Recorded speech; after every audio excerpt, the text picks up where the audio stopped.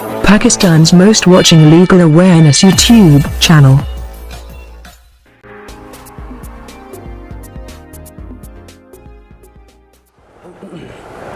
Hello friend and viewers, I hope all are fine. This is Mobushar Iqbal Chohan, Advocate High Court and Legal Lecturer. Section wise series के अंदर आज हम पढ़ेंगे Pakistan penal code PPC। हमारा topic बहुत ज़्यादा interesting है। हमारा टॉपिक है, इसके अंदर 3 टॉपिक हैं जिनको हम ब्रीफली डिस्कस करेंगे। वैल्यू ऑफ दियत क्या है, कितनी होनी चाहिए। सेकेंडली अटेम्प्ट ऑफ मर्डर 324, बहुत मशहूर दफ़ा है, बड़ी जुबान ज़द आम ये दफ़ा है कि अटेम्प्ट ऑफ मर्डर 324 लग गई, 324 पै गई उदे 324 पा देती उदे।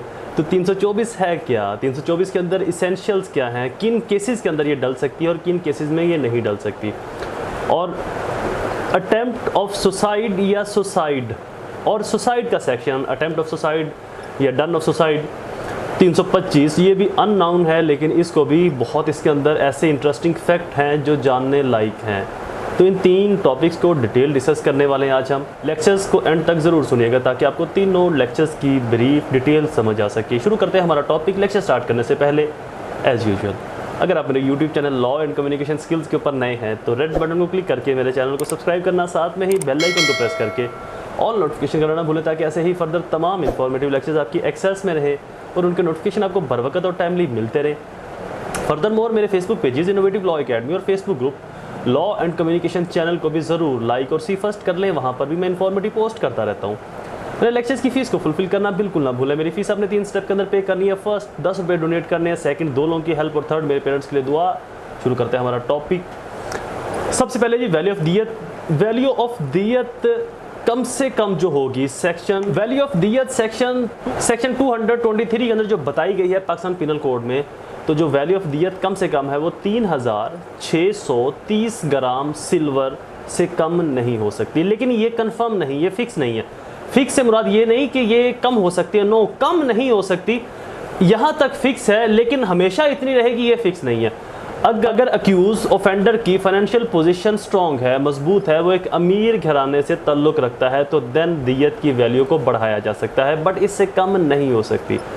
द क्वेश्चन इज दैट कि अगर कोई शख्स दियत ना दे सके तो देन जनाब उसको फिर इम्प्रिजनमेंट की तरफ जाना पड़ेगा। अदालत उस केस के सर्कमस्टांसेस को, फैक्ट को मद्देनज़र रखते हुए उसको punishment in case of other, in case अगर वो दियत नहीं दे सकता तो उसको पनिशमेंट अवार्ड की जाएगी, पनिशमेंट दी जाएगी। तो पनिशमेंट कितनी होगी ये अदालत डिटरमाइन करेगी। तो वैल्यू ऑफ दियत आपको समझ आ गया, 3630 ग्राम सिल्वर से कम नहीं होनी चाहिए, इससे बढ़ाई जा सकती है। ऑफेंडर की फाइनेंशियल पोजीशन को देखते हुए, उसके माली हालत को देखते हुए, अगर उसकी माली हालत बेहतर है, स्ट्रॉन्ग है, तो फिर वैल्यू ऑफ दियत बढ़ाई भी जा सकती है, बट इससे कम पर नहीं हो सकती। नेक्स्ट सेक्शन 324 बहुत जुबान जदाम सेक्शन है। ये उत्ते 324 पा देती है, वो 324 फंस गया, होनो बाहर नहीं आता। तो 324 है क्या, 324 किन के ऊपर लगती है, कहाँ लगती है, 324 है क्या, कहाँ लगती है, किन के ऊपर लगती है। सेक्शंस को पढ़ते हैं। अटेम्प्ट टू कमिट कत्ल अमद, किसी शख्स को कत्ल करने की कोशिश करना लेकिन वो बच जाए। अटेम्प्ट का मतलब होता है कोई काम करने की कोशिश करना, अपने ताई पूरी कोशिश की है लेकिन नहीं हो सका, ओदी किस्मत चंगी, वो बच गया। मारने की पूरी कोशिश की थी तुसा, तो अपने ताई पूरी कोशिश करना किसी को मारने की, लेकिन उसकी खुशकिस्मती है कि वो बच जाए।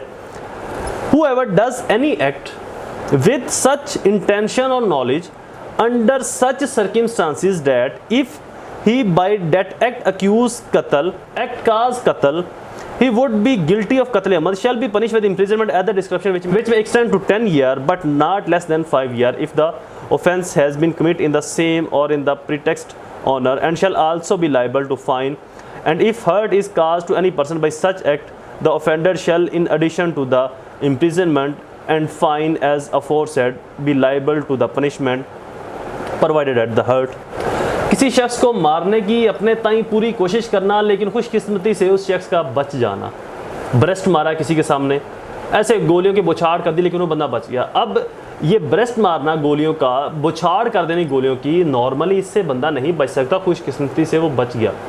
तो बेसिकली आपके एक्ट के जो सर्कमस्टांसेस हैं, जो फैक्ट हैं, ये डिटरमाइन करेंगे कि जो आपका एक्ट था वो कितना हीनियस था, कितना डेंजर था, किस हद तक वो ख़तरनाक था, कितना संगीन था आपका एक्ट। लाइक अगर आपने जो पिस्टल है उसकी जो नोक है वो ऐसे करके, पिस्टल की जो नली है वो ऐसे करके चलाई है, यानी कि फायर ज़मीन में लगना था या पाँव में लगना था। तो ये जो फैक्ट सर्कमस्टांसेस है ये शो करवा रहे हैं कि आपकी उसको मारने की नीयत नहीं है।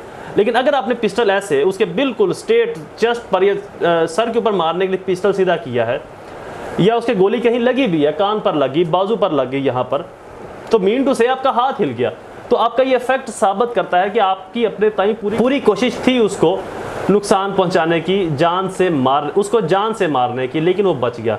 तो ऐसी सूरत में अगर कोई शख्स ये जुर्म करता है तो उसके ऊपर अटेम्प्ट ऑफ मर्डर 324 अटैक्ट करेगा, जिसकी सज़ा 10 साल और 10 साल से बढ़ाई भी जा सकती है एंड 5 साल से कम नहीं होगी, अगर जो ये कंटेस्ट प्री कंटेस्ट बताया गया इसके अंदर वो फॉल करता है। किसी और सिचुएशन में लॉ में फॉल कर जाए तो समथिंग डिफरेंट।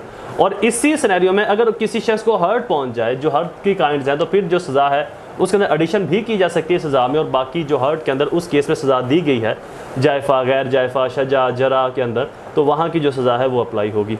अगला section 325 attempt to commit suicide. ये एक वाहिद ऐसा जुर्म है जिसको करने की सज़ा नहीं है, लेकिन अगर ये जुर्म ना किया तो सज़ा मिलेगी। यानी कि इस जुर्म को करने का सोचा लेकिन ये जुर्म आपसे नहीं हो पाया तो देन सज़ा मिलनी है। और अगर जुर्म आपने और अगर किसी जुर्म ये डन कर दिया, जुर्म कंप्लीट कर दे, तो फिर कोई सज़ा नहीं है। तो लिहाजा अगर कोई शख्स ये जुर्म करना चाहे तो वो सोच ले कि जुर्म अगर करने की उसने कोशिश की है तो डन कर दे, अगर उसने डन ना किया तो फिर इसकी सज़ा मिलेगी। डेट इज़ सुसाइड, खुदकुशी करना।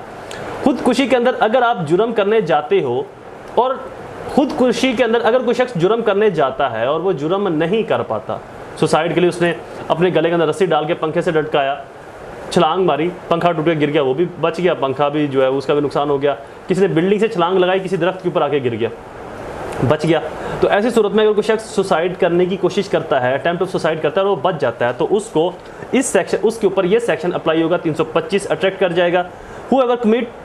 whoever attempt to commit suicide and he does act toward the commission of such offense, किसी भी तरह का वो काम करे, बिल्डिंग से छलांग लगाए, गले में फंदा डाल के लटक जाए, जहर खा ले, कुछ निगल ले, whatsoever, किसी भी तरीके से वो अपने आप को मारने की कोशिश करे, shall be punished with simple imprisonment for the term which may extend to 1 year and with fine। उसको सिंपल इम्प्रिजनमेंट, सादा इम्प्रिजनमेंट दी जाएगी, जिसकी सज़ा 1 साल से बढ़ाई भी जा सकती है, जुर्माना और दोनों सज़ाएं इकट्ठे भी होंगी।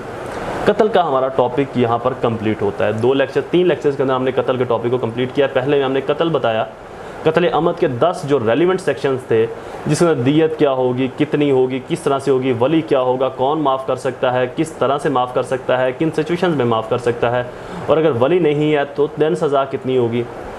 अगर वली मारने वाला है, कातिल ही वली है, तो देन कातिल को क्या सज़ा होगी, किसास उसके ऊपर लगेगी या नहीं, किसास कहाँ पर लगेगी और कहाँ पर किसास अप्लाई नहीं होगी, किन सूरतों में किसास अप्लाई होकर भी किसास फुलफिल नहीं हो सकती। यानी कि एक बंदे के ऊपर किसास लगी, सज़ाए मौत की सज़ा मिली है, लेकिन उसको सज़ाए मौत नहीं दी जाएगी। इन तमाम चीज़ों को हमने कंप्रीहेंसिव डिटेल डिस्कस किया था पहले लेक्चर में।